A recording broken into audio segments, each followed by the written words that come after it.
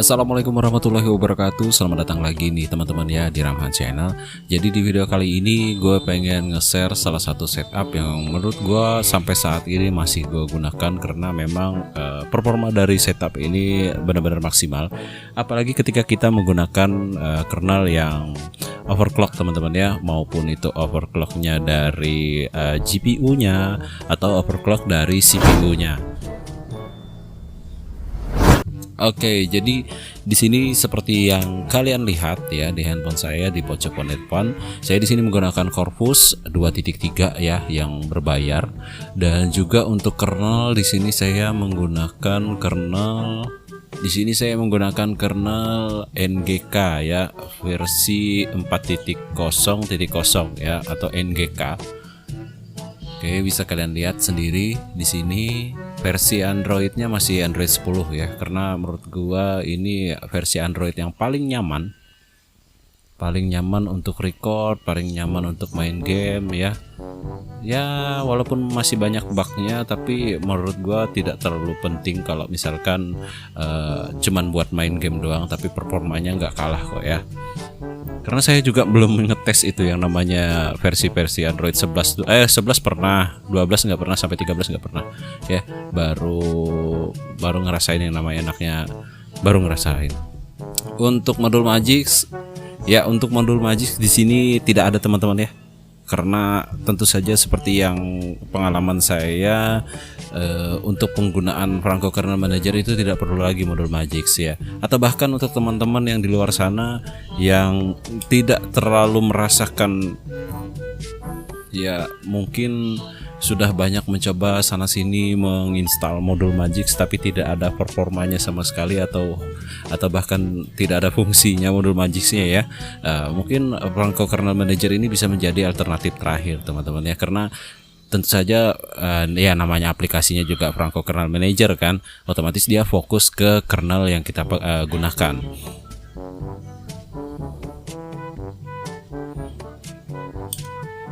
Oke, ini kita sudah masuk di Franco Kernel Manager-nya, dan kalian lihat di sini sebenarnya bisa sih kita langsung ke CPU dan GPU, tapi saya akan menggunakan sebuah profil aja deh ya, karena lebih gampang. Dan ini adalah sebuah profil yang sudah saya gunakan ya, sudah saya buat. Tapi di sini akan saya coba buat satu lagi biar teman-teman bisa lihat cara atau settingannya bagaimana. Oke, untuk WiFi itu di disable aja teman-teman ya. Tapi kalau misalkan kalian itu kartunya ya, atau bukan kartunya sih, atau handphonenya itu enggak atau kalian biasa main itu pakai WiFi, itu di enable aja teman-teman ya. Tapi kalau misalkan kalian nggak pakai WiFi ya di disable aja. Kayak punya saya ini kan saya disable karena saya mainnya itu nggak pakai WiFi ya, pakai kartu atau pakai operator kartu lah gitu. Oke, kayaknya terlalu terang. Oke, kita lanjut. Untuk Android baterai savernya disable juga, lokasinya ya biasalah ya kan. Untuk kita kalau misalkan kita mau setting DPI atau display pixel density-nya juga bisa di sini, tapi menurut gua sih nggak terlalu dibutuhkan juga. Terus untuk maksimum display brightness-nya sih menurut saya dibikin unchain aja teman-teman ya. Sebentar. Oke, display resolution-nya kita natif aja untuk display pixel. Nah, untuk auto aja ya untuk portrait dan landscape-nya. Dan untuk maksimum display brightness-nya kita unchain aja teman-teman ya. Karena kadang-kadang susah dirubah. Nah, untuk little cluster maksimum CPU frekuensi kita paling bawah ya, 1700 kalau di saya. Little cluster minimum CPU frekuensinya juga paling bawah ya, 1700 ya. Oke, saya ulangi. Little cluster maksimumnya ya itu 1700. Little cluster minimumnya itu 1600 ya, diturunin 1 ya. Terus untuk little cluster CPU governornya skrutil ya, kalau nggak ada kalian pokoknya pilih paling bawah Ya, untuk big cluster maksimum CPU-nya paling besar ya 2800. Itu kalau di handphone saya, kalau di handphone kalian beda lagi ya. Pokoknya yang paling besar. Nah, untuk big cluster minimumnya itu yang paling dari bawah itu kan paling besar. Nah, naik satu teman-teman ya. Jangan dipilih yang paling besar ya, tapi turun satu lah gitu. Oke, lanjut kita ke kita zoom dulu ya biar kelihatan.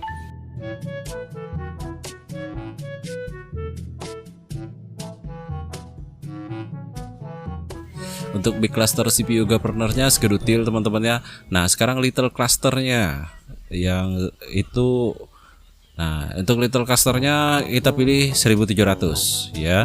Big cluster CPU input bus frekuensinya kita pilih di paling besar ya. Oke, input bus durationnya nggak apa-apa. Nah, sekarang kita main GPU. Untuk GPU paling besarnya kita pakai ya. Kalau misalkan kalian pakai kernel yang overclock di GPU-nya, yang kernel yang saya gunakan ini nggak overclock teman-teman ya, maksudnya nggak overclock CPU tapi GPU-nya yang overclock. Nah, di sini saya pilihnya untuk minimum GPU-nya di angka 800 ya. Kalau tadi 835 yang besar, sekarang yang kecil 800 saja. Governor GPU-nya simple on demand ya. Oke. Thermal profilnya saya pilih ekstrim aja biar menyeluruh. Nah, untuk CPU core bisa kalian lihat kita hidupkan semuanya ya, karena kita main game ya, kita hidupkan aja semuanya. Oke, selanjutnya kita save aja teman-teman ya. Kita save atau kita cek dulu deh ya, cek dulu ya, mungkin teman-teman mau lihat ya. Semuanya sih udah pas menurut saya. Display resolutionnya juga display orientationnya juga auto aja. Maksimum display brightnessnya unchanged ya, biar nanti mudah diganti kalau misalkan terlalu terang. Bisa dikecilin pencahayaannya. Kita cek lagi, bisa kalian atau teman-teman ikutin ya. Kita save. Nah, untuk new profile, nama profilnya terserah teman-teman ya. Kalau misalkan kalian suka karena ini khusus main game ya udah. Karena di sini saya main gamenya juga PUBG, saya tulis PUBG aja. Terus kita ke apply teman-teman. Nah, seperti yang kalian lihat di sini cuman ada 2 game yang saya mainkan ya di settingan yang sebelumnya. Jadi di situ akhirnya saya pilih. Nah, contohnya ada deh AIDA. Nah, di AIDA ini saya pilih PUBG karena settingan yang baru ya. Nah, tuh. Jadi teman-teman yang pengen bikin profilnya tahan baterai lagi, awet baterainya, jadi kalian bisa bikinnya seperti ini teman-teman ya. Di set profilnya, di setting perangkat kernel manajernya. Jadi aplikasi apa aja yang pengen banget baterainya awet, pilih di situ gitu.